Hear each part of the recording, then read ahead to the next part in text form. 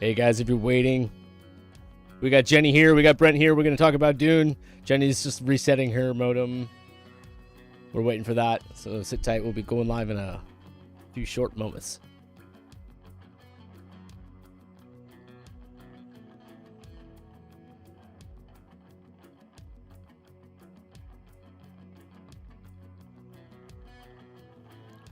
And Johnny from All New Nerds is going to come too. We're going to have a great discussion. Hang in.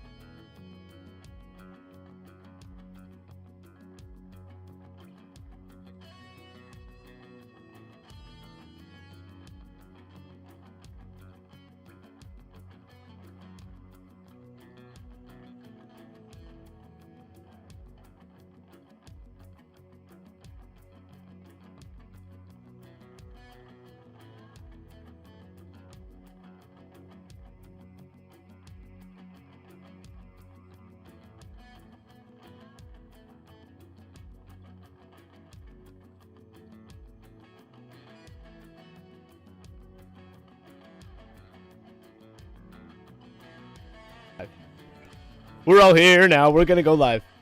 All right, guys. No, we're going live now. Here we go. Okay. Let's do it. What's up, everybody?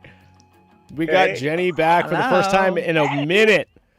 It's been a big minute. It has been a big minute. Yeah. That minute, yeah. Jenny, glad to have you back. And we're not talking Star Wars or Marvel today. We're talking Dune. Yes. Actually, you know what? I did want to talk about Star Wars with my boys here later, Jenny, because there's some big Star Wars news yesterday. There's a little bit. Some people would call it big. Some people would. There's also some big Spider-Man stuff too. Rumors that this was happening. Wait, Spider-Man? Ever. Yeah. Yeah. There's some other stuff going on, like Eternals and whatnot, but like really the main There's thing. some Spider-Man stuff. Yeah. Yeah. I wanted to talk about Dune mostly, right off the bat at least, because Dune is fresh on my mind, and I'm still by processing how the Hayden it. Christensen thing is huge news, because like we knew that was happening. It's really not. It's more just sort of like it's an opportunity for the uber geeks like Johnny and I to be and Brent to just like. It's funny because I literally met him 2 weeks ago. Yes. That too. We've been talked about it before on the stream. It's been rumored for like ever. Well, the fact that she put up that tweet and then took it down means that I took it down. Some PR team was like, take that down. I posted on our account's story, and yeah, I got taken down because like I tagged her post and then it got taken down because. Oh really? Yeah. So no, they went quick, but like I saw it when it was up. Yeah, she was freaking out. Yeah, she was freaking out. I was freaking out. I'm like, we were all freaking out. She just confirmed it like 100%. Like it's not even a rumor. Absolutely. Yeah. No, she. I mean, which I don't know if she was supposed to do that, but it would have been obviously different news if we didn't already know he was going to be in Kenobi. So it's just doubling it up now. It just seems more like and then there's no reason not to be happy about it. Unless Jenny may have the opinion of like Hayden never belonged in. We're getting front of a camera ever. Anyways, he's the single worst actor of all time, and of all the many bad things I have to say about no. Really, like of all the many complaints I have about the prequels, I don't have a single positive word to say about any of them. Mike. I think he makes it worse. Yeah, I'll see you guys later. It's bad to me. I think it's awful. I can't do it, Jenny. I don't agree. I'm not excited. I understand where you're coming from, Jenny, but there are elements of enjoyment and fandom with him returning that's still pretty huge. So and there's also the whole Anakin and Ahsoka reuniting in any form is gonna make people. Like we're getting live action Clone Wars. Like it's that's happening. it. Yeah, like we're done. Like this is it. Although wait a minute. Ahsoka's supposed to be taking place at the same time like Mandalorian is post. Right. So wait, anything with Hayden, I can tell you one. It's going to be Force Ghost interaction, right? Force Ghost, we would imagine, but we don't know yet. I can tell you one thing that I think the idea is that it might be like flashback or Force Ghost. I can tell you one thing that's been talked about. That's been talked about, and now this pretty much just confirms it. I think we're getting Malachor. Yeah. We're gonna get Rebels, the Malachor episode. That could be like not the episode, but moments from it. Could be. Which would be huge. We'll see. But Dave although that's before, that's pre-original trilogy. Like they're gonna touch on Ahsoka being gone for like the whole of the entirety of the OT. Like they're gonna have. Do you think so? Yes. Yeah, I do. Okay. All right. Yeah. I think they're gonna touch upon that, and like it'll be like. Because I mean, like that, I just feel like that's a huge part of the character that like just sort of like where, like asking her like where she was and what she was doing. Like what was why did you dip while all this was going down? Like I wouldn't even be surprised if that's like the first episode. Like I think they have to touch upon that. I think that's something they have to do. Yeah, because we that's like it's I don't know. I just feel like it's such a big part. Does she go into like a deep depression because she found out he was Vader in Rebels and then like I don't know. We don't know. Or like and then in World Between Worlds with Ezra, like she's. But the facts with and Ezra is such a crucial part of the show. Like we have to. Oh no, totally, exactly. Wait, what about the whole like the logo? The logo is like the World Between Worlds. All right. This was supposed to be a Dune stream. I'm sorry. All right. No. I'm so glad that we can we're gonna obviously talk more about that coming up. That's not until 2023. We're gonna be freaking out over Kenobi before we're freaking out over that. We're already freaking out over. Freaking out. I've been freaking out for like 2 years. Yeah. Anyway, Christmas is always early when you're a Star Wars fan. Yeah. Hopefully. Or 2023. It's gonna, we're gonna have some interim freakouts to deal with. All right, guys. Let's actually talk about some Dune. I know there's going to be a little bit of diversity in our opinions here a little bit. Oh wait, I want to hear everybody's because well, I know Brent and I talked about it. We texted. I want to hold on. First of all, let's get this out of the way. I bet everybody here agrees that it felt incomplete. Yeah, and Mike and I talked about it. Mike because it is. Last night. It is incomplete. Yeah. It is. Yeah, because it is incomplete. It is incomplete, and it's a shame that it doesn't feel like the completeness is any time soon because we're right.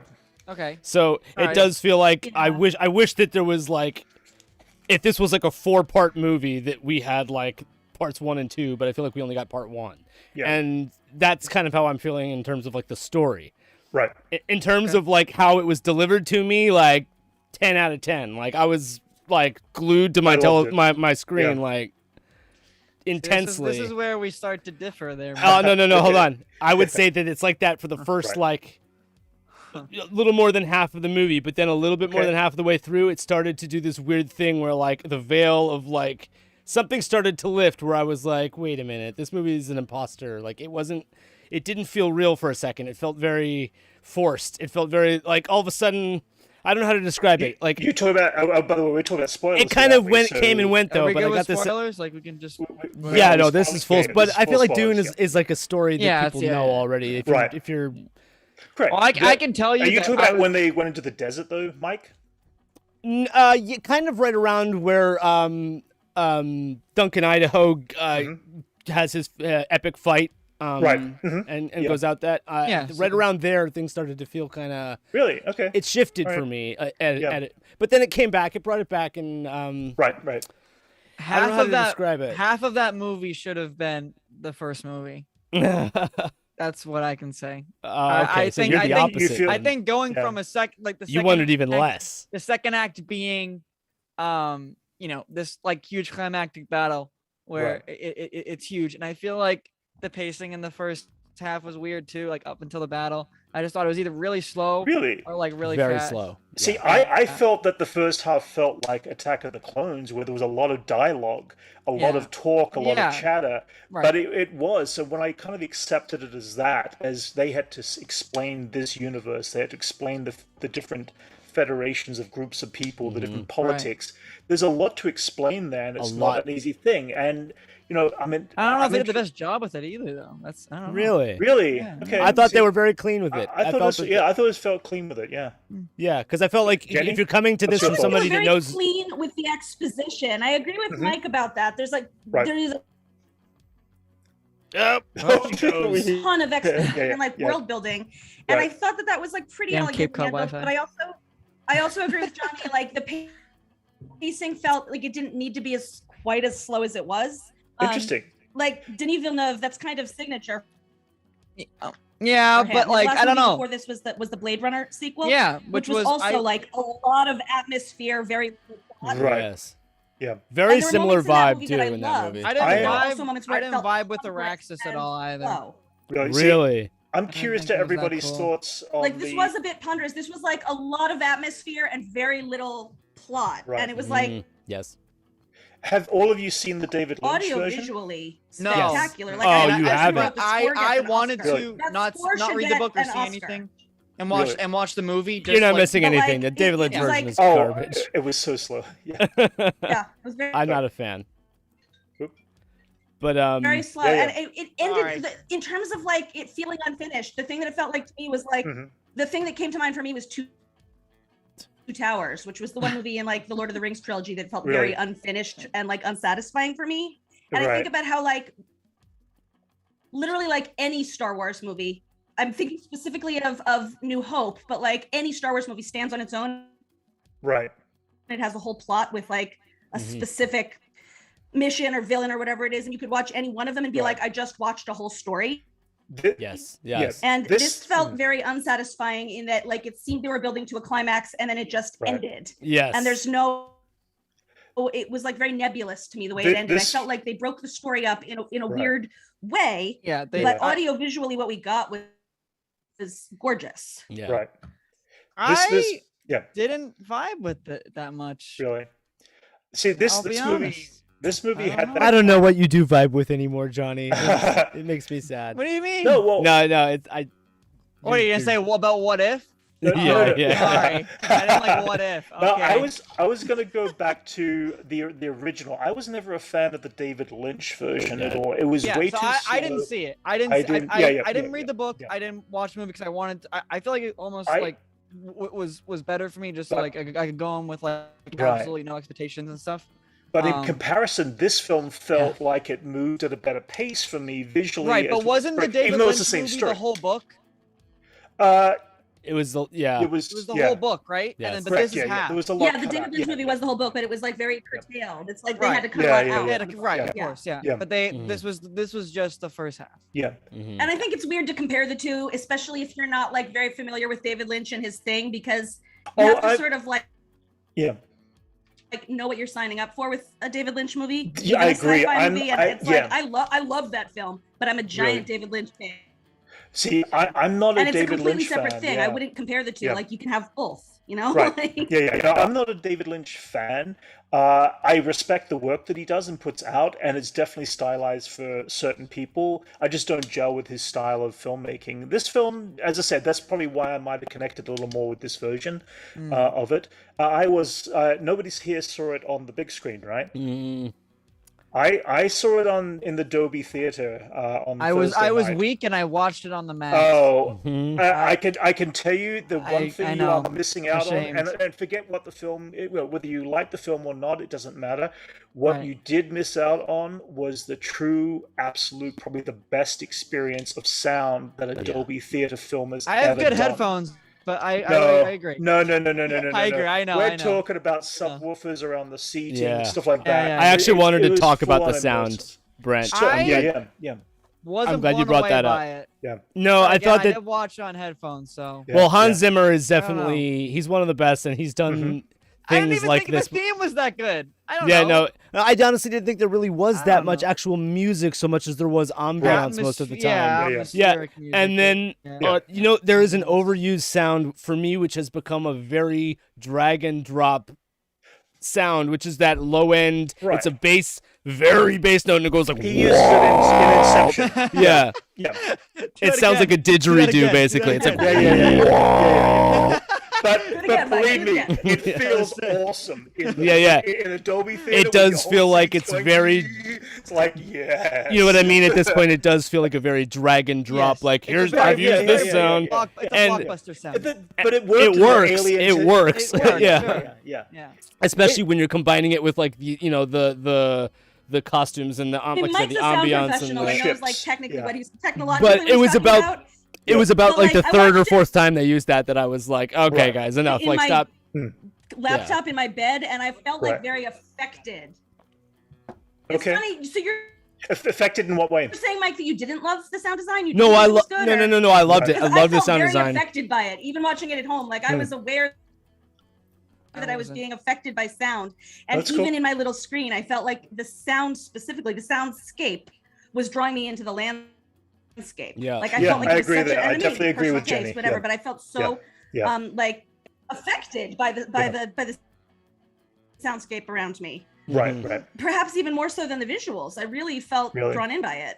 The visuals are great too, though. I mean, I thought some beautiful, both cinematography and as well as the sense of scale was very good. I think I liked the visuals, but like the color palette was just so boring.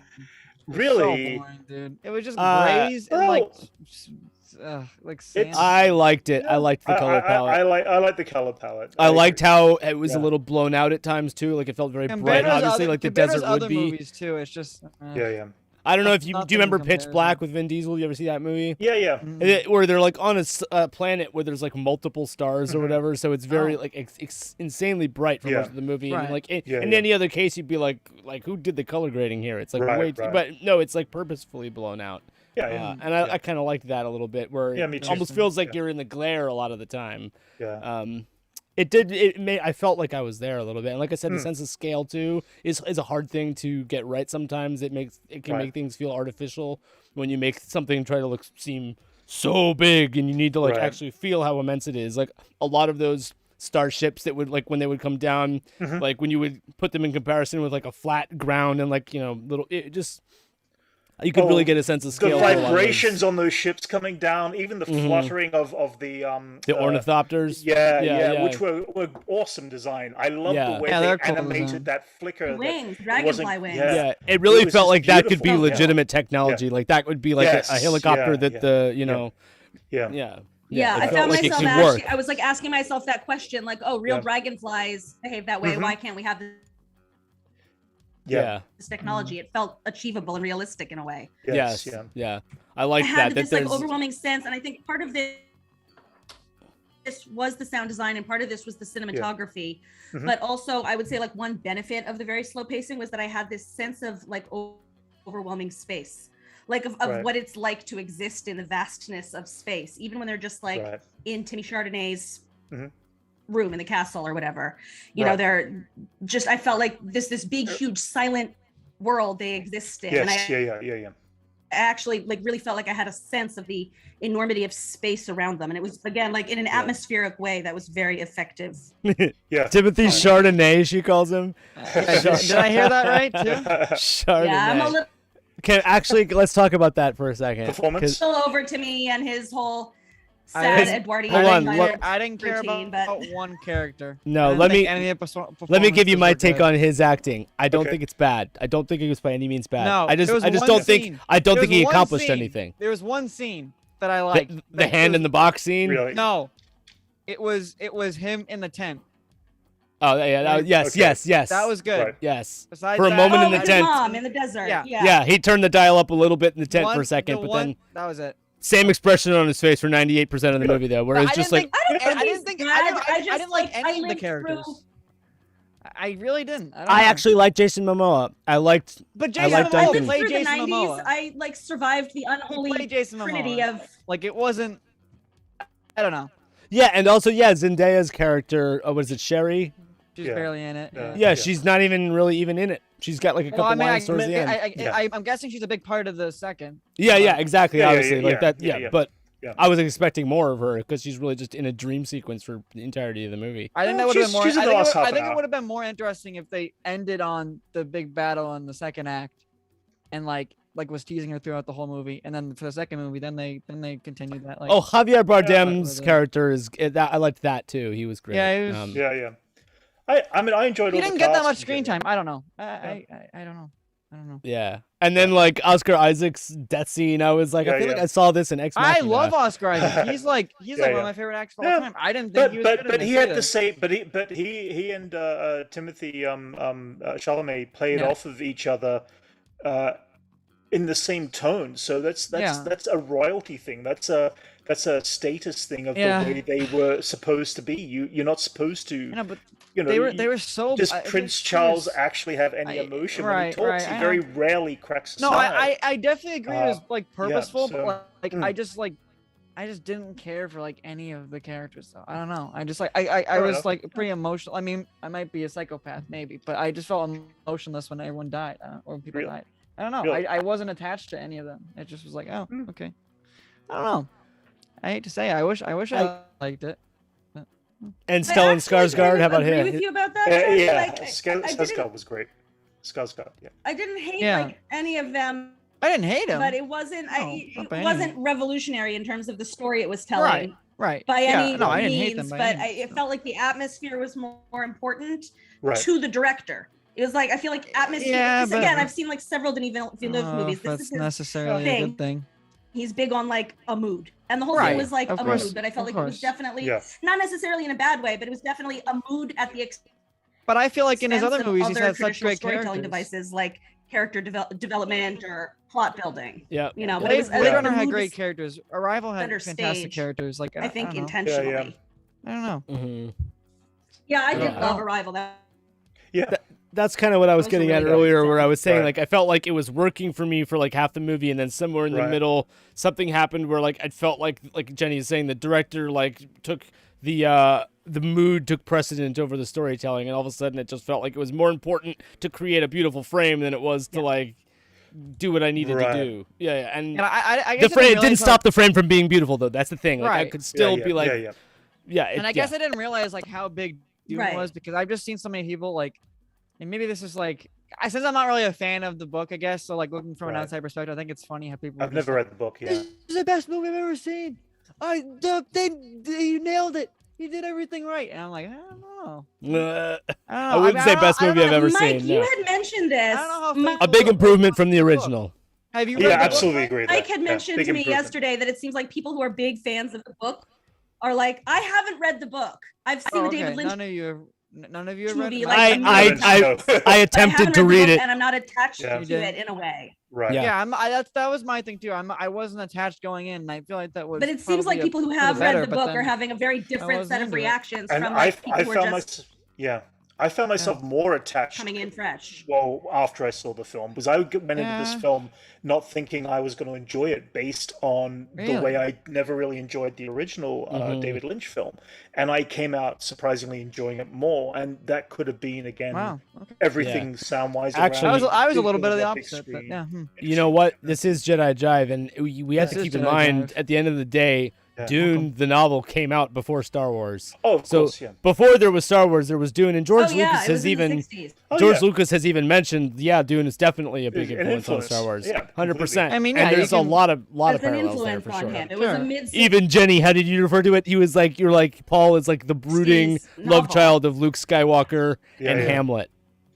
Yeah. I said he.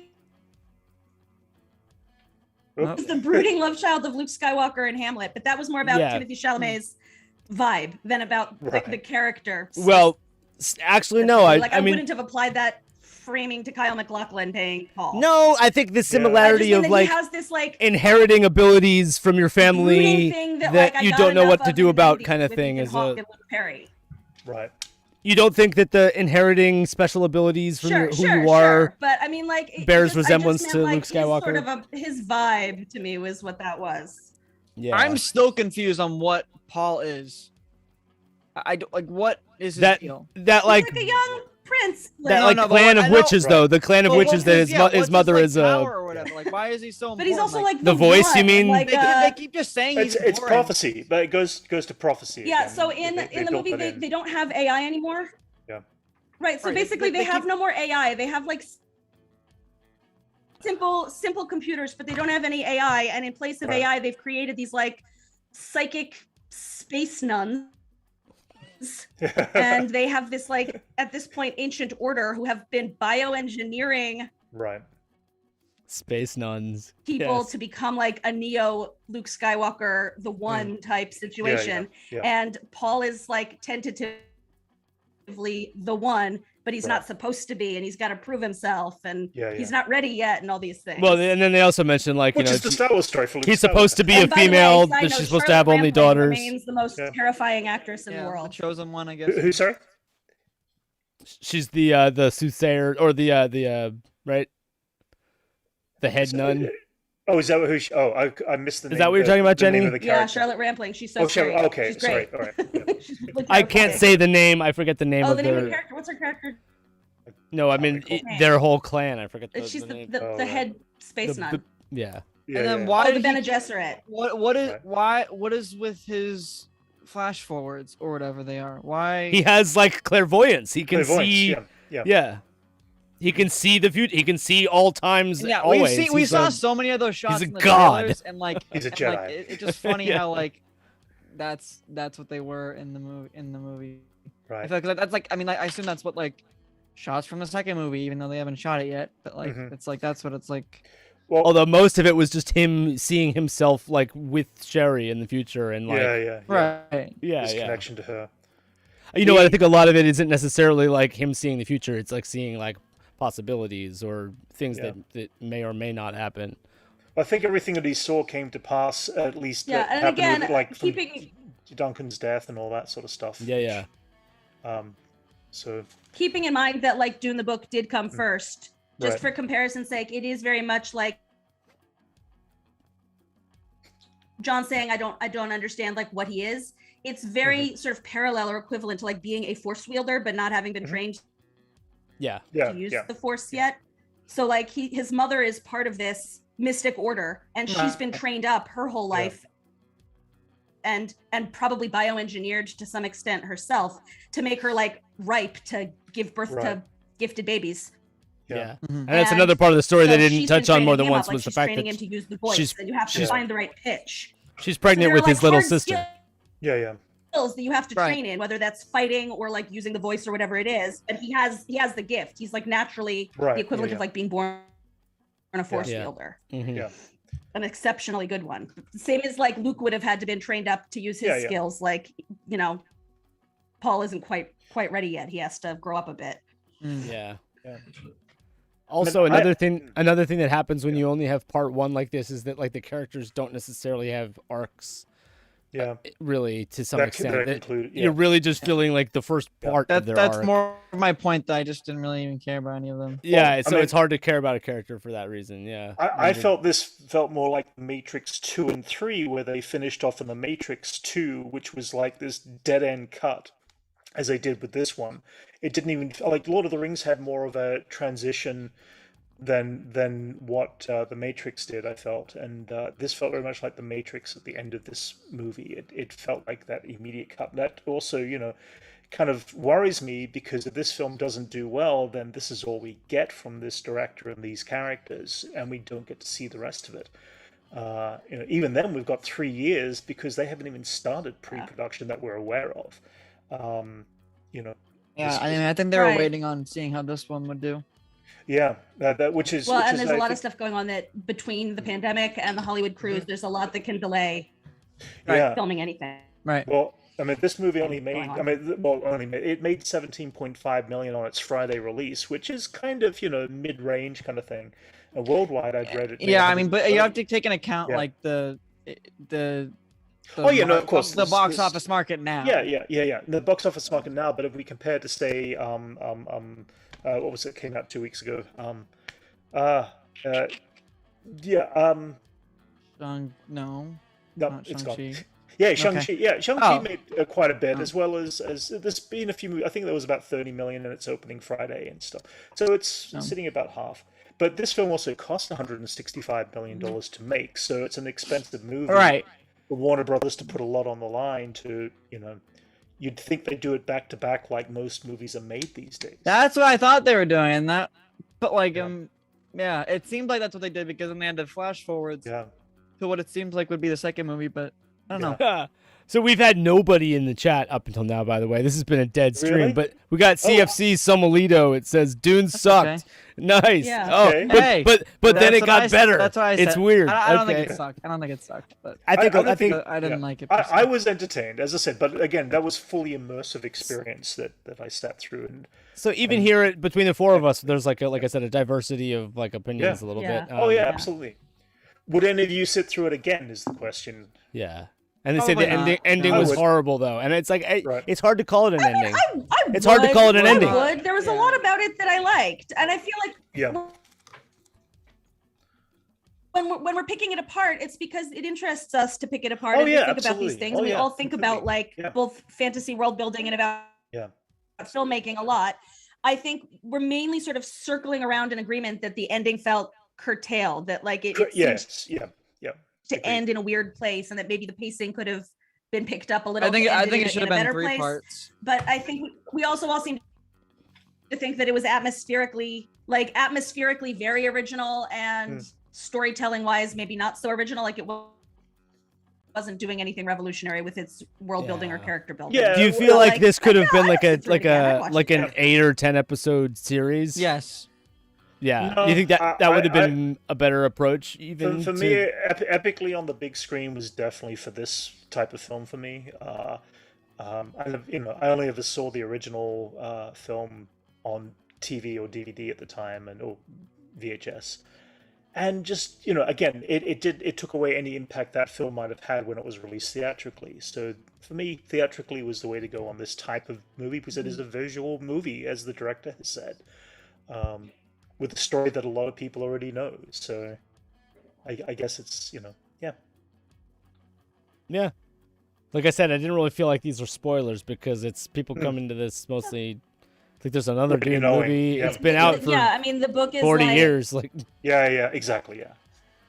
It's just the version. Yeah, and the 65, came out in the 80s. So Yeah. Know this. Right. That's actually another interesting dynamic there, in that like Dune the novel came out, but then Star Wars the movie came out influenced by Dune, but then Dune the movie came out influenced by Star Wars the movie. Yes, which is quite the reverse. It was such a slow.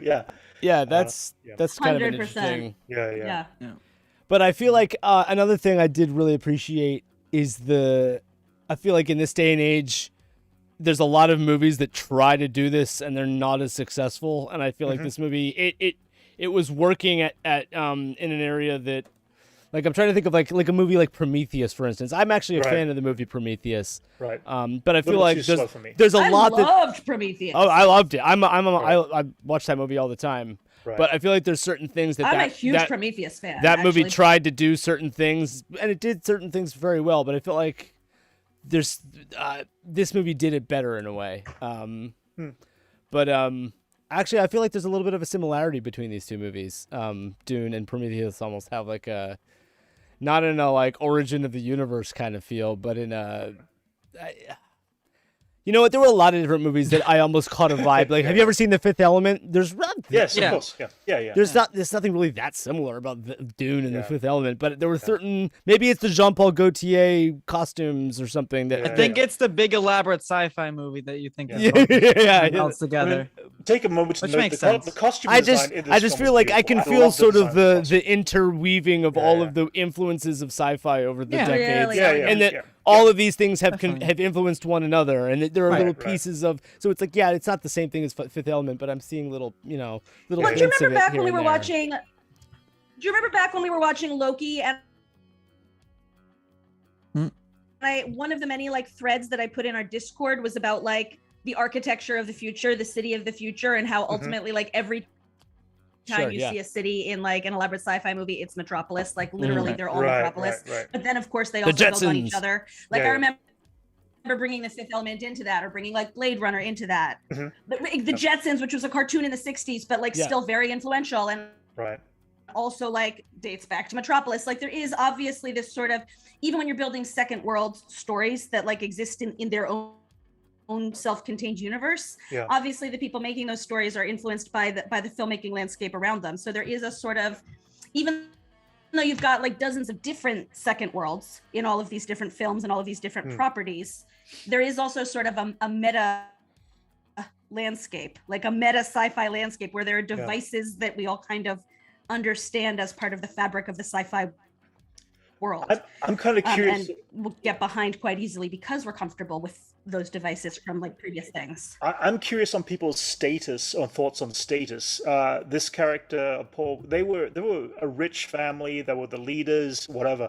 You take someone like Luke Skywalker, who was a nobody, grew up in the dead. I mean, he was relative to a status, but he grew up as a nobody and rose to a status of level 2. There's two different versions of the way that story can be told around the hero, and it's more appealing for someone like Luke Skywalker to raise to that level of a status than to see someone who's already at the top. He can't really get. I mean, he's going in a direction, but he can't get any higher in status. He's going to stay level and even about throughout the same, I feel. I don't know what's everyone's thoughts on that level.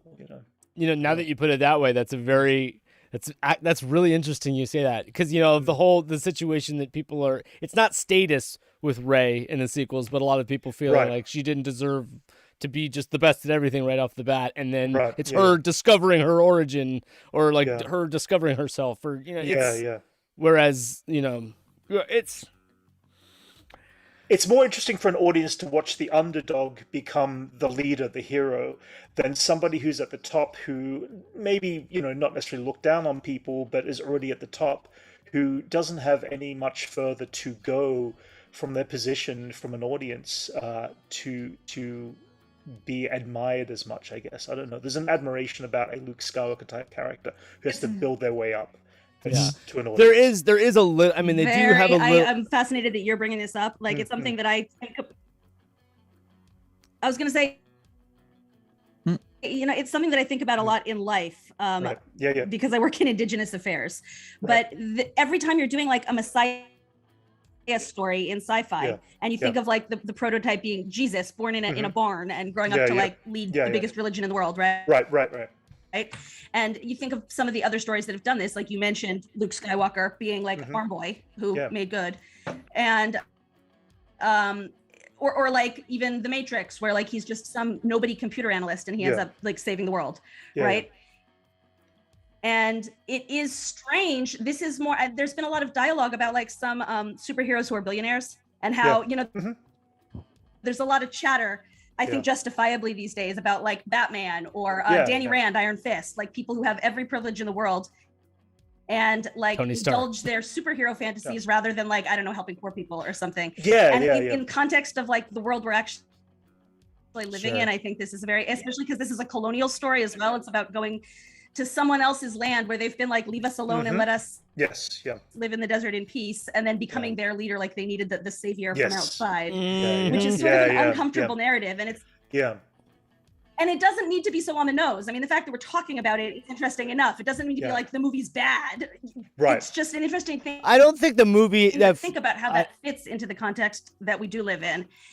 I was gonna say, I think Dune is aware of that at a certain point, though, in the story. Eventually, like it's like he's there. He's not the evil spice trader. He's like he wants to bring them paradise or whatever. But at the same time, like he is still taking control of the situation now, and it's not his to take control of necessarily. Just because of him being House Atreides or whatever, and it's but it's how an audience connects with that character. If you're asked to connect with somebody who's more powerful, that is trying to make a change, compared to somebody who's the underdog to bring up, it's always more fascinating for an audience to watch that underdog. And that may be why we have, you know, this diverse opinion of Dune in general, because they are already the hierarchy that are up there. And that just makes it an interesting conversation overall, you know, and do the audience of who are the underdog in most cases. It's funny because the other thing that I was thinking of connect. Hey, our boy Lavelle's saying, "Hey, what's up, man?" Hey, Lavelle. One of the it's funny because I had texted Mike while I was watching it and said, you know, that he was like the brooding love child of Luke Skywalker and Hamlet, and I definitely did see both of those influences. But some of the other things that I was thinking about while I was watching this movie, two things that came to mind like very powerfully for me was Lawrence of Arabia. Yes. And Dances with Wolves. Yes. In both of which you don't necessarily fully root for the protagonist. The protagonist in both of those, who's the main character of the film, who's the person you attach to, is not actually necessarily portrayed as like the great white savior. They're problematic because they're coming into an existing conflict and kind of inserting themselves and then sort of becoming the main character in their own story. And again, I'm not saying that like either of those is a bad movie. I think they're both good movies. It's just that it complicates the main character where they're the outsider coming into somebody else's existing eons long. Hey, Lavelle, thanks for the $4.99 super chat, buddy. Thanks for being here, buddy. He says I didn't watch Dune yet, but it's all good. We love you, man. Actually, I mean, I don't know if Lavelle, if you've seen the original Dune. You mentioned on Instagram that, did you say you had seen it? I can't remember. Maybe you just asked me if I had seen it, and I was like, "Yeah, I've seen it. I've seen the original Dune. I've seen it. Not. There's a reason I'm a Star Wars fan and not a Dune fan. But if there, I don't know if I feel like there's enough positive response happening now that there may be a little bit more of an urgency to accomplish the sequel in a timely manner. And that it doesn't necessarily feel like it's, I mean, like if you consider the 3-year spans we're waiting between Star Wars movies when they were in the prequel era, right? That was 3 years between movies. It was, but we're in a very different form of filmmaking. Also. And again, it's like and those were already in production ahead of time too. So this could be 5 years for all you know. But we're in a universe where people want to see part 2 next year. Even Lord of the Rings was able to get part 2 the following year between those movies. and it changed the format of, we want to see it, we want to see it now. Will we care in a year's time to see a sequel? Most probably. Will we care to see a sequel in 3 years' time? Probably not. I mean, I also look at the Avatar, the movie Avatar. It came out over 10 years ago, I believe, at this point. And I don't know if I'm really in the mood to seeing part 2, 3, and 4. Name one person who is. But I'm just saying, I don't know anybody. I mean, if you show me Avatar 2, I'll definitely watch it. I will go see it. I will go see it, but I won't. Nobody asked for it. Yeah. Why is that? Talking about Dances with Wolves? Really object strenuously to the original Avatar on ideological grounds. It's bad, but it's Dances with Wolves, but worse. Like, it's one of those things that's like, why now? Like, nobody asked for that. Yeah. Literally, because she's so far behind. Wolves at least acknowledged that it was a story about natives, and like Avatar just stole it, and it was bad and cheesy and like stereotypes that aren't helpful. It was so awful. Really offensive. Mike but closed like, Pandora's regardless box. of whether you loved it or hated it or what, like, why now? I just opened it. Wow. So, but I do agree with you, Jenny. I understand when you're coming from. Oh yeah, Black Loki, Lavelle. Yes, Avatar is like Ferngully. Everybody says that. Oh, 100%. Yeah, same movie. Yeah, no, same movie. Yeah. Not my favorite, but yeah. You know what? I do. You can't. Yeah, I do appreciate the same movie. Only Ferngully had. I do appreciate the CGI advancements from that movie, and was great. Yeah. Oh yeah, no, totally. Visually, it was beautiful. But, visually beautiful. Yes. Yeah, you know what? That's another. There is another conversation. There is something. Something I want to connect though, and that's that. We talked about it briefly earlier on about how a lot of the way the ornithopters were designed, and it felt functional. It felt like I believe I believe that that's a design that works. Like that it looks like it.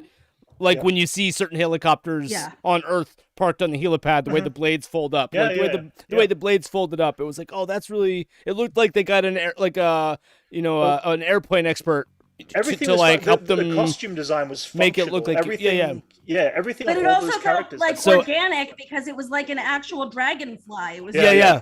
But that's something that I liked about Avatar was that a lot of the environments, a lot of the creatures were of this society that felt like it could be real, bioengineered as well. Yeah. Like, well, is there anything else? Did I switch? No, Lavelle, I did not switch my hair. It's on top of my head. Is there anything else about Johnny's just not high on Dune? He doesn't really care. Comments like. Fair enough. It's okay. But is there anything else about Dune that we missed? That was Levi's actually watching it right now. Yeah. All New Nerds, Levi. Oh yeah, by the way, if there's anybody that hasn't been over to Brent Age of Grogu, go check out Brent's page. Brent, yes. Age of Grogu, go check out Brent, and also All New Nerds.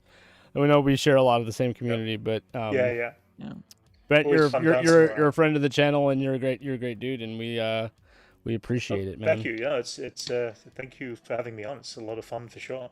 Yeah. Will I see the sequel of Dune? I will. I will if it's in a year's time, or I will if it's in 3 years. Oh, it won't be. It won't be. It'll be minimum. I know. I mean, it's definitely going to be minimum of 3 years. I'm sure. Yeah. They haven't even. I will definitely. They haven't even greenlit the second one that we know of. I know, but if it gets made, if it moves forward, I will definitely check it out.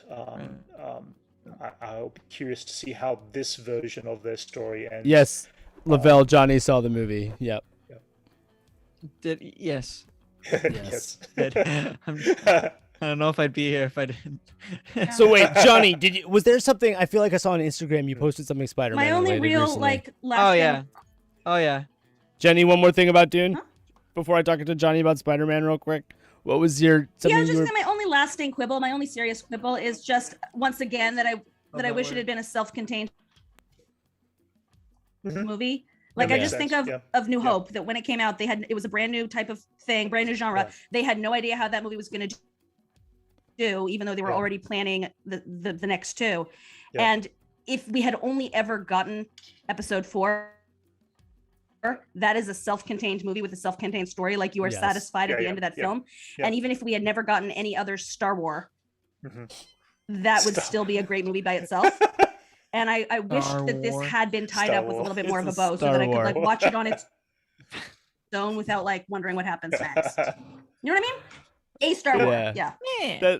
Yeah. The amount of sincerity that Jenny uses that phrase, like lets you know, like she's just not the like her Star Wars community experience is limited, lacking severely. Well, I did because I'm kidding. I don't know whether Jenny's mocking Star Wars when she says that or not.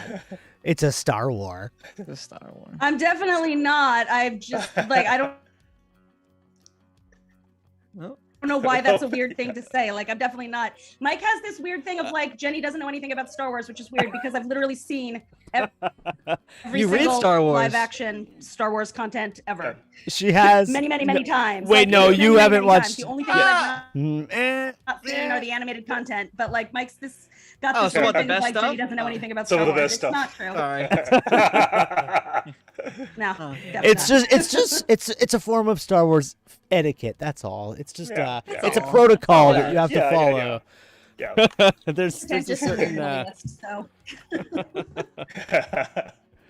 No, you're a rule breaker. It's all good. Anyway, That's guys. a toxic form of like nerddom to be like, if you don't enjoy it my way, you can't enjoy it. That's weird. No, that's gatekeeping, and that's something I definitely. So, I don't know. We're not a fan of that. Yeah, that's anyway. Weird. It's exactly what that is. That's weird gatekeeping. I'm not into that. I've definitely seen. And with that said, you're no longer welcome here. many times. See yourself to the door, please. Yeah. So yeah, Johnny, tell me about Spider-Man. What was it that you were saying? Whatever they're saying is just. How did you phrase it? There was an Empire magazine that got a little. It's not out yet. It comes out on the 28th, but snippets of it were released. They showed like 3. It's Spider-Man Endgame. That's what they're saying. That's Endgame? a John Watts quote. That's a John Watts quote. It's Spider-Man Endgame. Okay. So he's. And your response is, "It's all true. I don't care what anyone says." Anyone says it's all true, dude. Okay, so I'm so tired. there you have it. Okay. It's Spider-Man Endgame. Everything that's been rumored, it's happening. Charlie's in it. Well, I know Charlie's in it, but Daredevil's in it. Sorry, that's right. talking about. Yeah, it's yeah. We were speculating about Harry Arms not that long ago. Sandman from Spider-Man 3. It's all of it's real. All of it's true. Okay. It's Spider-Man Endgame. There will even be a scene where all of the female characters from throughout Spider-Man will come in together in a girl power moment if they're using okay, so John Watts was like jokingly saying that, but like he was like, but at the same time, like they literally said in the article, like he was kidding, but he wasn't kidding. Like it was like okay. And then So I don't know if I go as far as to say that they have like Kirsten Dunst back and like Emma Stone back, but if it's a Spider-Man Endgame type situation, then. But then also Tom's comments about how this is it. This is the end of the trilogy or whatever. That's the home trilogy. Sure. Yeah. That's why I question. That's why I question at the end of this film. Is Peter Parker going to end up in the Venom universe instead of the Marvel Cinematic Universe? And Jenny has seen Venom 2 now, by the way. For a period of time. Oh, yes, well, Jenny, should what we are your talk about thoughts? that? Like the post-credits scene in Venom? We did back when the movie came out. What a fun movie. I'm curious to Jenny's thoughts, too. Yeah. That end credit scene was probably the best part of the movie. On Venom? Yeah. On Venom 2, the best end part of credit the movie, scene. yes, of course. Best part of the movie. I mean, the movie for me was meh. I enjoyed the first movie. It wasn't my favorite thing, but like I enjoyed Tom Hardy's performance in the first movie. I love Riz Ahmed. He's one of my favorites. I thought the first movie was like an enjoyable cinema experience. Mm-hmm. This one, it felt very choppy and weird. Like it was rushed. It felt like pieces of the story were missing. Kind of like Jenny's Zoom. It felt like it must have been cut in an awkward way. I felt like I was missing things every time I blinked my eyes. It was very short. Yeah. I did not love this movie, but I found the post-credits scene kind of interesting. Yeah, it was very short. It was like an hour and a half long. It wasn't even. It was like an hour and 20 or something. I thought it was a total waste of Woody Harrelson and Naomi Harris, who are both actors that I would watch either of those two read the phone book and be happy about it. It was shockingly short. It was like, what a waste of these enormously talented villains. Yeah. What a waste of Woody really Harrelson too short, and Carnage, especially, even more than just the actor Woody Harrelson. Yeah, completely. They wasted Carnage. Enormous talent of his, and Naomi Harris too. Yeah. That's why I worry about the Sony cinematic universe in the Spider-Man realm going on if Marvel. We all are kind of on the same page here, but do we want to talk about that? Yeah. But it looks like Tom. I mean, there have been all these little hints and rumors, like Tom Hardy was wearing the Spider-Man hat at one point, and everyone was like, "Oh, is he coming? Is he He's coming?" It seems like a pretty good bet that he's just been Doctor Strange into like the mainline MCU universe. Again, it's a Spider-Man. So is he showing up in the Spider-Man movie as well? I think so. Yes. If it's Spider-Man Endgame, like Johnny says. That's John Watts. That's John Watts. I love this film. I do like Tom Hardy's not me. performance. It's you now, though. Admit it. It's you now. And if he comes in, if to see Tom Hardy, who plays that character very well, coming into a Spider-Man movie would be great. I don't know if he's if he's the sixth member, but he's definitely gonna have some kind of involvement in it. Zendaya's gonna have more lines in this movie than she had in Dune. We know that. Yes. Yeah, fair enough. Yeah. That will be I true. like Zendaya. I think she's a decent young actress, and I don't think she has had the opportunity to do anything really crazy special yet. Watch Malcolm and Marie. I'm gonna reserve my judgment on her. It's on Netflix. She's fantastic in it. Really? Yeah. So we're gonna get. I mean, how about Mysterio? We're gonna get. Remember your whole Sinister Six theory with it seems Hobgoblin now because of Venom. It's either Venom or Hobgoblin. That's what I'll say. The thing is that is if people are saying Rhino. I've been hearing Rhino, and I'm like, if they do the Paul Giamatti Rhino for me in Spider-Man 2 again, I'm probably not. I'm gonna be very upset. Can't they do both? Can't they have this Spider-Man Endgame? Sky's the limit. No. Don't do more than 6. No. I've got to ask something on Venom. At this point, Eddie Brock has been doing the best he can to stop Venom from really killing people. He's done the best he can to stop people from killing people. So the question is that going to be enough of a villain for Spider-Man to consider a villain, more than just a menace or a nuisance? I know. And it doesn't seem like that Venom would be, at least this version of Venom would be that much of an impact in the Sinister Six. Doctor Strange in the trailer made it seem like Peter may actually end up being his own worst enemy, kind of thing. Too. It's not necessarily like he's trying to screw with timelines and switching multiverses. Maybe too it's much. Doctor Strange who's the Sinister Six that we don't know about. We don't know. Hey, Brent with the hot. Yeah, that's something I had thought about, is that like we don't know what's going to happen next with that character between Spider-Man and Multiverse of Madness, and he could easily go real dark real quickly. Yeah. Or one of the versions of who knows? Tom talked about a little bit what's going on about after No Way Home. It's the end of the Home trilogy, and if they do another continuation or some kind of other trilogy, they're gonna go into more of a they're gonna try new things and go for a different tone for those movies. So I'm expecting something a little darker, something a little more related, something a little more adult, something a little more, because those movies have a very specific, lighthearted, not too deep, kind of just an enjoyable watch kind of tone. So I think they would opt for a little more of an emotionally rich story. I would hope, at least. I think the big thing we can all agree on is that this film is going to be as big, if not bigger than Endgame at this point. I feel like it's you really think so, though. 100%. I think so. Just 100%. The hype leading up to this film. I think it has the potential to be. It's smoked Endgame's trailer view count. Yeah. So we're going by trailer view count. First day. That's a big sign of hype, dude. It's a big sign of hype.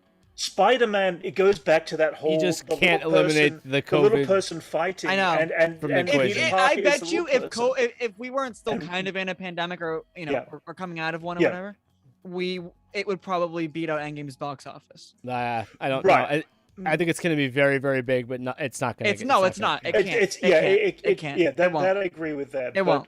If we weren't coming out of a pandemic, then yes. Yeah. I think despite in addition to the fact that the pandemic is still ongoing, I think that as even if all disease magically vanished from the earth today, right? I think the way people consume has shifted permanently Forever as a result of changed, the pandemic, and there are going to be like a large quotient of people moving Levi forward who loved just Dune. don't wish He just texted me. He loved it. Oh, really? Okay. So wait, Okay. their own homes. maybe Levi has yeah. if Levi can make himself available in the next So I 3 think minutes. that's going to be Yeah, a permanent shift. Right. I'd love to hear Levi's very fresh out of Nah, the. he I don't think he's been able to hop on this, but yeah, no, he's got stuff to do. But anyways, Very curious he to hear what said he thought. he said he liked it. Cool. Good. But it also means that the people who look at those numbers are going to have to start considering other metrics, like the Black Widow. No, he's not on my side. Levi's never on my side, so whatever. Example of this, but like the fact that you've got to look at. I mean, I know you two always disagree, but I think people are going to have to start looking at other forms of back end. Like even if it's a movie that's only released in theaters, people are going to have to look at how many downloads does it get once it eventually streams, or they're going to have to start looking at other metrics that aren't just how many people bought a ticket to the box office. Yeah, I mean, like literally the box office count now is like. I don't know what those metrics might be, but I think we're going to have to start thinking about and talking about the success of movies. I think that in the success of Spider-Man, I think it will last longer on the big screen and won't come off 2 or 3 weeks later. I think it will last into a good month and a half. Still going relatively like it's 100%. It's 100% gonna beat out like Shang-Chi numbers. Oh yes. Oh yeah. Absolutely. Yes. Oh, yeah, like, no question. Yeah. So, and Eternals too. Sure. And Eternals, Yeah. no question. Which I'm actually looking forward to. It's that it's 2 weeks from now. I got my ticket for Thursday night. It's like it's creeping up on us. So I'm like, I'm excited. I hope I like it. I think I will. Yeah, I think I like it. I'm invested because I liked what was done with the Guardians of the Galaxy. Right, that's how I'm looking at it too. It's one of those situations. I don't know anything about. Right. And I don't know anything about. I don't know anything about them either. So I'm looking forward to see the way they're portrayed. And I'm sure there are going to be comic book loyalists who are going to be saying this is not how they are in the comics. Yeah, well. For the cinematic universe, I can't help but think this movie is like them trying to make up for Inhumans. Like since they already kind of wasted Inhumans, like I feel like this was the movie where they would have done it. I never saw Inhumans, so nobody did. Nobody did. That's the thing. Yeah. Nobody did. Yeah. Like and I feel like it's like the most bizarre show I've ever seen. This is them kind of like making up for it, or like this is what Inhumans would have been like, or something like that. So because it was originally going to be a movie. Right. No. Yeah. So I don't know. I can't help but think about that, but I'm still, I guess, looking forward to it. We have. Hawkeye is in what, 4 weeks? Hawkeye is coming up real freaking soon. Real soon. That I'm hyped for, dude. I can't wait for Hawkeye. Yeah. Especially if you know who's in it. Right up.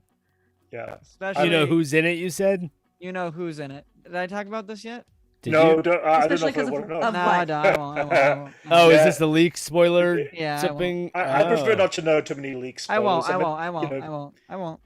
I was gonna say we know Florence Pugh is Yelena's gonna make she's 100%. You're not talking about her. Florence Pugh is coming. And we know a few other people that are gonna appear. I don't know if you know this. You probably Jenny, do you know who I'm talking about?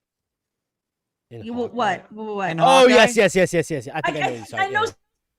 I won't say. Forget. I'm sorry. Several things about Hawkeye. I don't know which particular thing you're mysteriously alluding to. If it's been didn't we already talk about this? Spoiler. Do you know the villain? Are you talking about? Go ahead. Do you know the villain? Do I know the villain? I don't. Johnny, are you talking about Kingpin? Yes. Oh no, do I know the villain? Yes. That's why I don't. We already talked about this. Oh yeah, no. That's we've heard about that for a while though. Okay. Yeah. I was like, Johnny seemed like he had some new scoop. I was like, what? But I feel like we knew about that. Was there something new? I think we were. No. That was it. Yeah. I didn't know if you guys knew that. So. Did any of you guys watch? I mean, I feel like that's not a spoiler. I feel like that was announced a long time back. It wasn't announced, no. Not announced, no, but we talked about it. We talked about it. We did. Yeah. Did any of you guys watch? I've read about it in Assembled, like multiple places. I feel like it's not new news. Yeah. What's that, Brent? You guys watch Avengers Assembled with Black Widow yet? The making of Black Widow. No. Oh no, I didn't watch that. They dropped it this week. I did. I watched it last night. It was cool. I mean, most of those kind of self-explanatory. They kind of cover overall with Scarlett Johansson's character over the last 10 years and stuff. Yeah. But nothing hugely, outside of what we already know. Nothing spectacular. Cool costume design, stuff like that. But yeah. Oh, and Hawkeye is 2 episodes the first week. It's a double. Yes, yeah. Which But saves us when it comes overlap. up. Saves us when it comes up I to know. December 29th. Oh When my it comes god, to, I was Star Wars, genuinely Book of pissed Boba. off about that. Although, Yeah. did they give a specific release date for Cobra Kai season 4 though? No, not yet. They just I'm said actually December. curious, I like- December, I not thought yet. it was December 24th. Because that's going to be wasn't it? all the it was- episodes at that's- once. okay. I thought it was about the same time as My Cobra Kai reactions on this channel actually got a lot of views too. So I'm Yeah, Dylan and I are even thinking of doing. I stuff, need too. to watch season 2 and 3. I have not. Oh, Brent, I didn't realize you had. Yeah.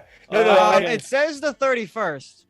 Cobra Kai is the best. It's the best show, man. It's the Oh, best. no, I kinda love like season 3. 1. That's what they're doing for. That's what they kind of did for season 3. No, Wasn't it like on the new year that they posted? Yes, it was like January 1st. Right. Yeah. So Yeah. okay. So maybe Oh, you think that they're gonna do the same thing? Yeah. No, it says the 31st for season 4. Yeah, that's what I thought. Oh, okay. So that means we'll be able to get Boba Fett, Yeah. Book of Boba, Yeah. episode 1, Yeah. Right. and then we'll go. I'll go. Okay, good. Yeah. Yeah, as long as I don't have That's too what it many says. overlapping. I mean, I'll look. I'll check reactions. Again, but yeah. I'm right. so I'm so excited though, guys. I'm so excited. Oh I'm my yeah, god. for lot Boba coming Fett. up. December's No, gonna like, slap. As dude. soon as Thanksgiving rolls around, December like is we're gonna just gonna slap. be like know. Crazy. It helps in this nonstop, like October lull period where nerdgasm. there hasn't been we've a talked massive. about this on Literally, this channel I'm before, telling but you, like the after- Boba Fett. After Thanksgiving, for the rest of our lives, it's gonna It's gonna be mind blowing, yeah. For the rest of our lives. Yeah, For the rest of Maybe known nonstop, time. dude. All right, I'm starting to Oh, feel this stream come apart at the seams. So we're gonna call it now. And Fair enough.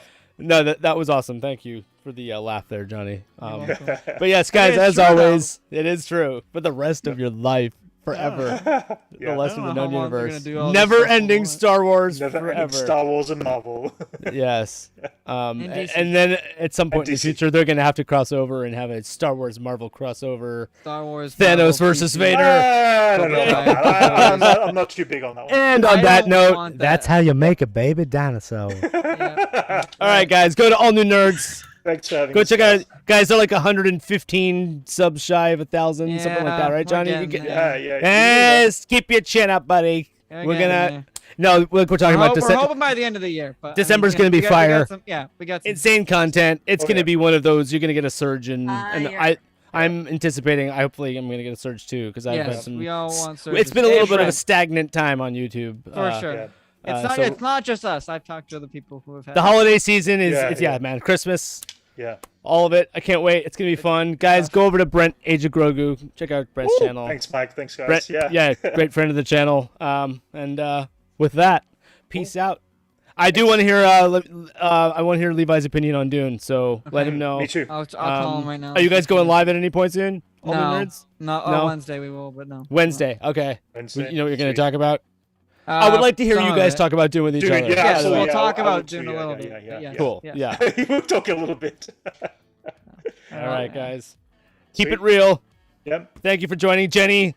Love you. We'll see you soon. Let's go. Bye, guys. Bye. Yeah. Good. Have you thought about Rhode Island, Mike? Wait. Comic-Con? Oh yeah, that's coming in November, right?